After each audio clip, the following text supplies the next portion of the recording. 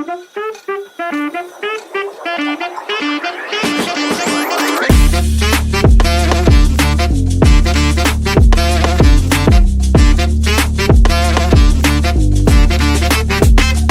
generasi muda.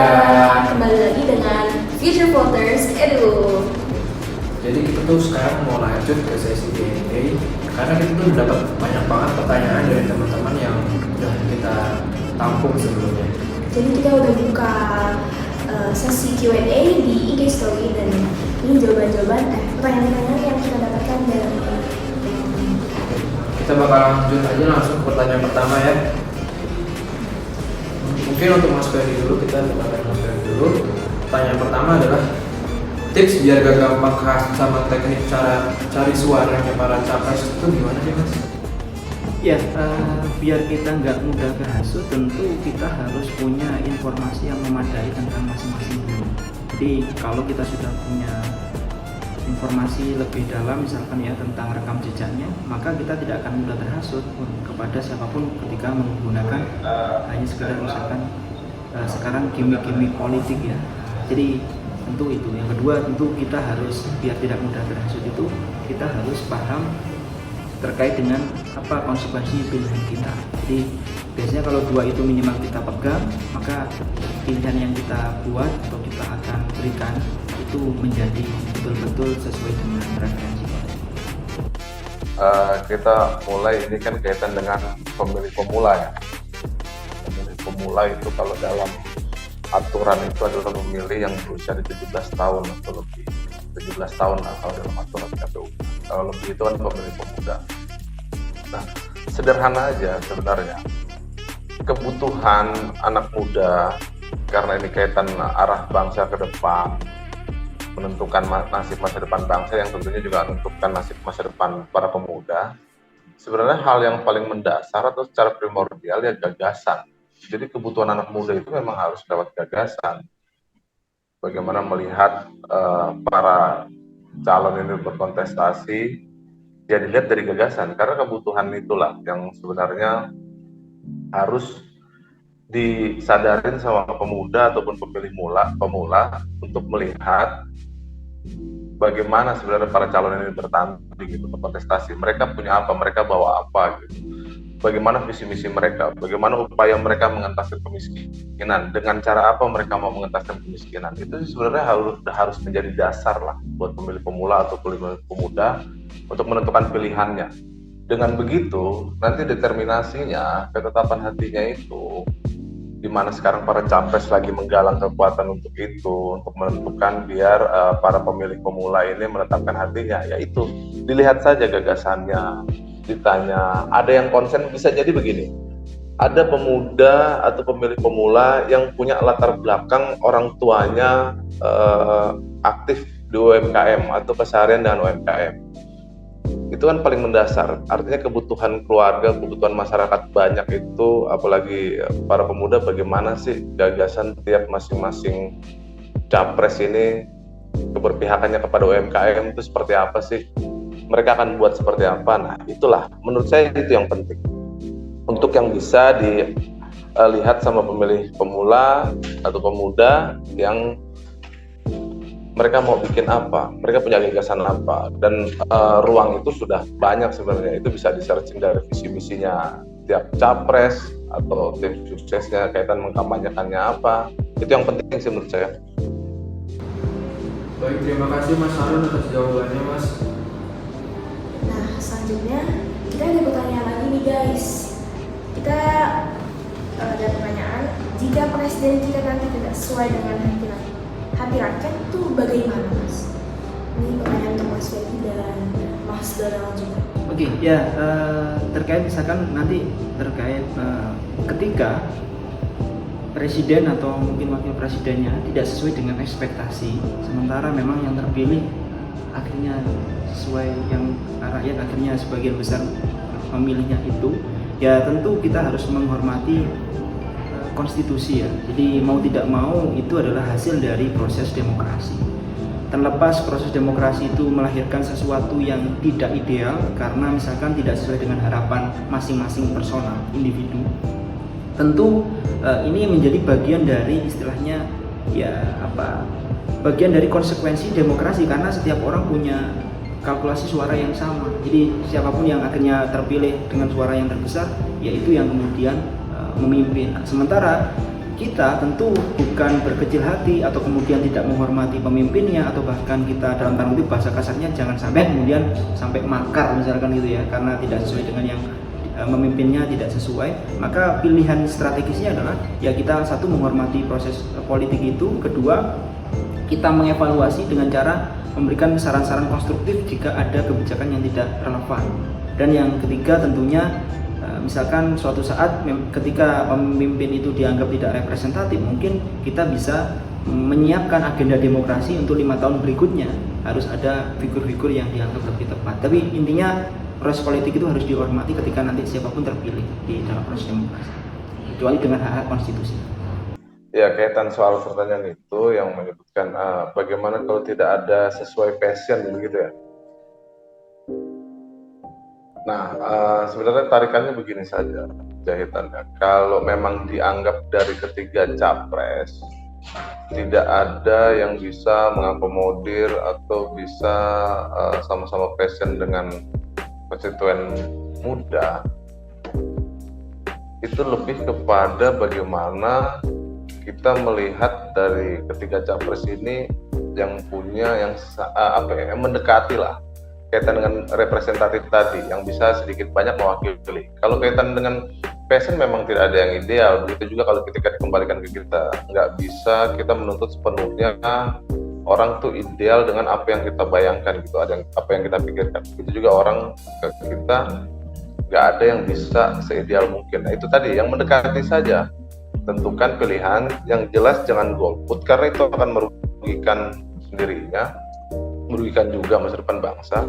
Jadi bahasa jangan golput itu memang ada tren belakangan yang menunjukkan dari beberapa hasil survei itu memang ada tren ke arah golput, dan itu menurut saya malah jauh tidak lebih bijak gitu.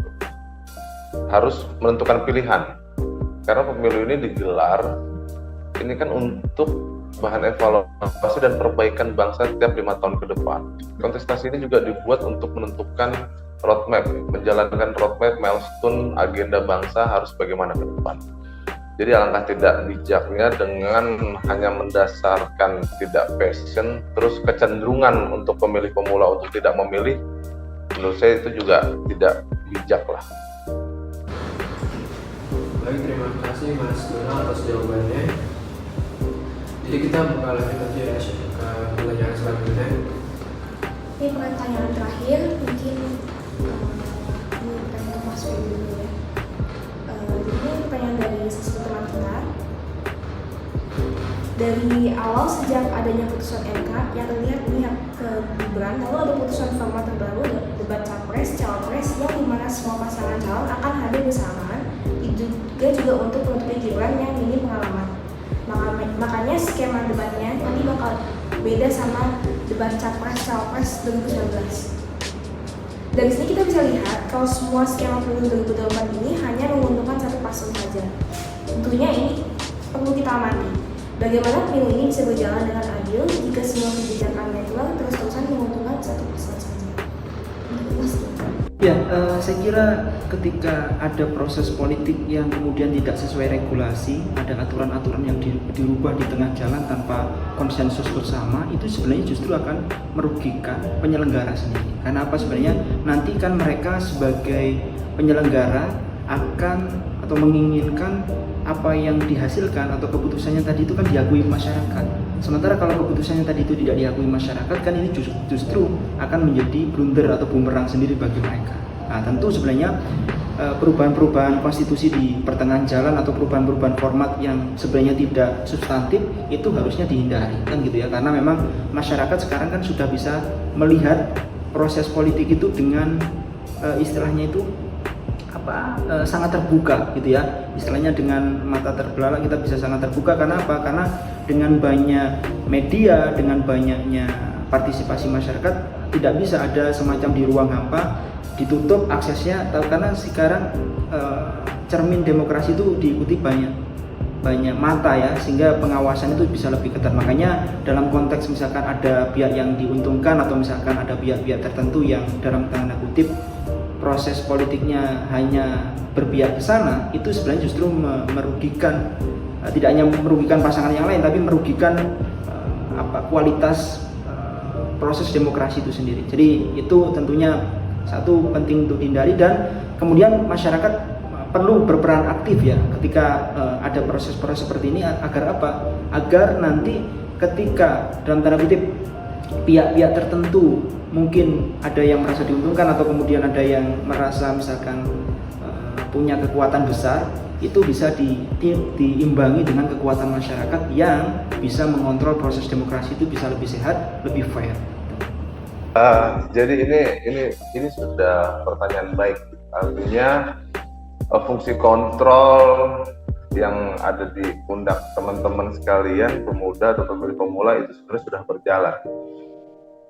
Tinggal bagaimana pengamatan kita kaitan dengan eskalasi pemberitaan kaitan putusan MK, mulai dari putusan MK sampai hasilnya debat capres-cawapres dan akhirnya dipertanyakan di sini, disuarakan, itu artinya sebenarnya fungsi kontrol sudah berjalan. Nah, terus bagaimana nih? Bagaimana kita bisa menghadapi itu gitu. Itu pun perlu tetap dicermati, perlu tetap dikritisi, perlu tetap disuarakan. Artinya di sini pemuda, pemilih pemula jelas targetnya, kita kembali saja, toh dari situ kita bisa sekaligus melihat, sekaligus ingin bisa mengungkap, ngebelejetin kenapa dia khawatir, atau memang tidak adakah gagasan yang mereka bawa, atau mereka hanya mainkan gimmick, atau terlepas dari kaitan itu ada infrastruktur yang di pemenangan itu melibatkan instrumen-instrumen di pemerintahan sekarang, itu monggo saja, itu terus diawasi dan berikan saja masukan itu, input itu, laporkan ke Bawaslu sesuai kalau memang dianggap ada yang tidak sesuai dengan proses demokrasi yang seharusnya berjalan transparan dan bersih gitu. Tidak ada indikasi-indikasi ke arah sana. Nah, itu terus dikontrol, terus diawasi, biar bagaimana pemegang kedaulatan itu kan adalah rakyat.